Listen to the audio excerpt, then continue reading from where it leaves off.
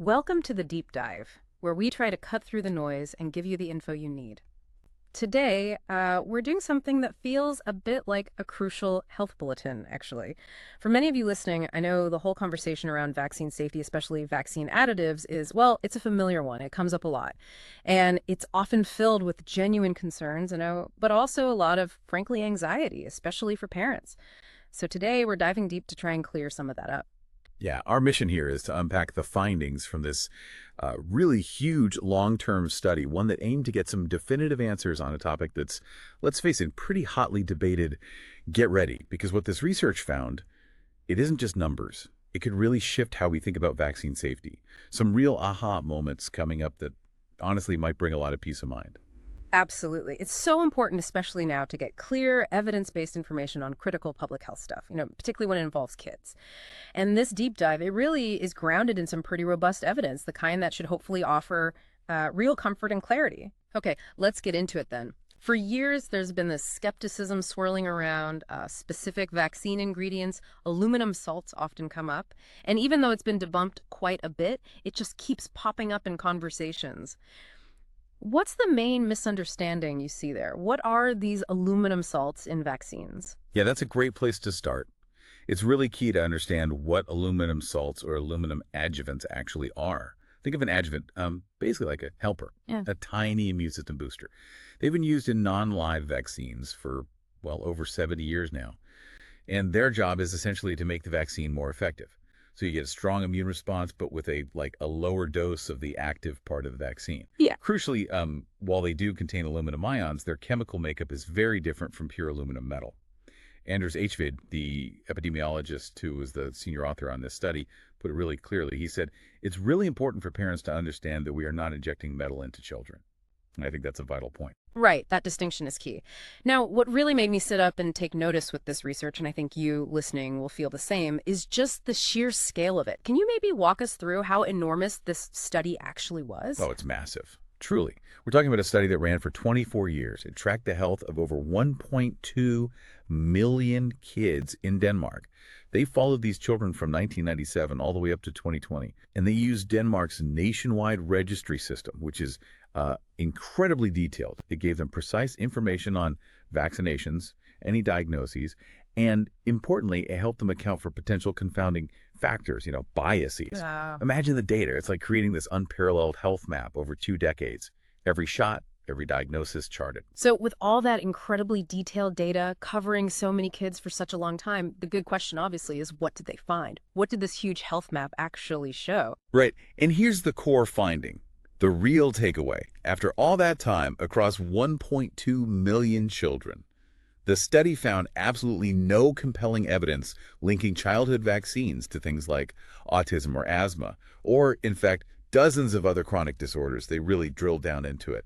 A child's exposure to these aluminum salts in vaccines before they turn 2.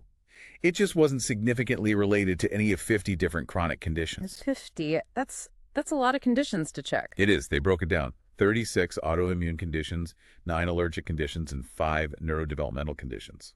The depth of the analysis is pretty staggering. Okay, that's incredibly thorough. But, some listeners might still be thinking, how can a study like this, using registry data, be sure it's the vaccine or lack thereof and not something else, like lifestyle or genetics? How do they isolate that effect? That's a fair question. And what's really fascinating here, and a strong piece of evidence for safety, is what they call the lack of a dose-dependent relationship.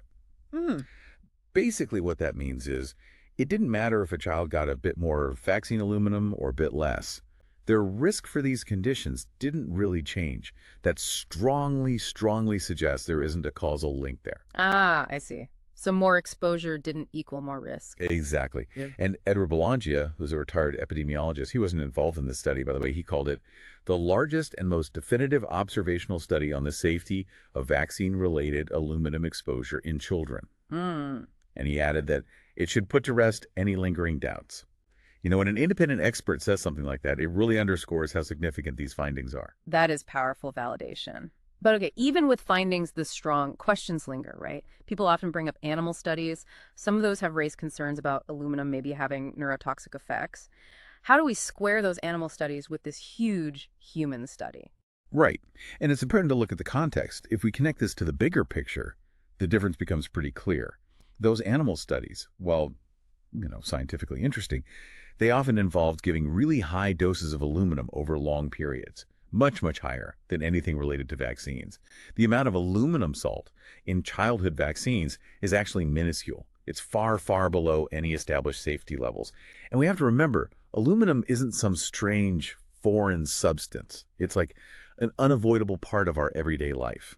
It's in plants, soil, water, the air. Right. It's naturally occurring. Exactly. If you're drinking tap water, eating vegetables, you're ingesting aluminum.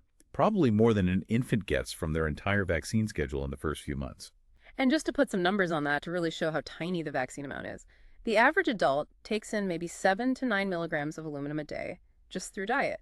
Now think about infants. If they get all the recommended vaccines in their first 6 months, the total aluminum from those shots is about 4.4 milligrams. Compare that to a breastfed baby who gets around 7 milligrams of aluminum naturally from milk in that same period.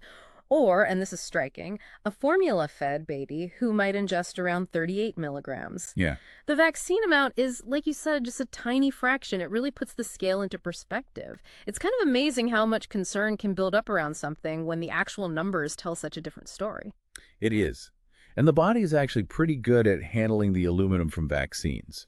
When it's injected into the muscle, it gets into the bloodstream, yes, but then it's processed by the kidneys and basically flushed out. There was a study, a smaller one, but relevant, of 85 infants. It found that the aluminum levels in their blood and even their hair didn't actually increase after they got vaccinated. Oh, interesting. So it wasn't building up. Exactly. Yeah. It's just it doesn't accumulate to toxic levels. And even the World Health Organization points out that the aluminum in vaccines never exceeds safe U.S. regulatory thresholds, even for low birth weight infants. Okay, so let's bring it back.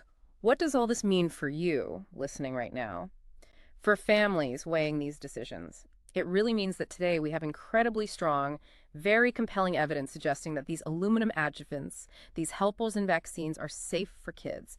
This study provides some serious clarity and hopefully a lot of reassurance. Absolutely. And the bottom line really is that childhood vaccinations don't threaten children's lives. They save them. The numbers are just undeniable. We're talking about preventing around 4 million deaths worldwide every year because of childhood immunizations. 4 million. That's an incredible impact. So just to quickly recap what we've dived into today, this massive 24-year study gives a pretty unequivocal thumbs up to the safety of vaccine aluminum. It offers real clarity and should hopefully dispel a lot of those longstanding concerns with some really solid, hard evidence. It feels like a genuinely reassuring health bulletin. And I think it also really highlights how valuable it is to understand the science behind these big health decisions, encouraging all of us to think critically when we encounter information, especially on topics that stir up so much public debate. Definitely. And maybe here's something to think about as you go about your day. Consider how this kind of massive, long-term, transparent research doesn't just settle scientific arguments, but can actually reshape public understanding and maybe rebuild trust in vital health tools. What other big questions out there could really benefit from this kind of rigorous, decade-spanning deep dive, something to ponder?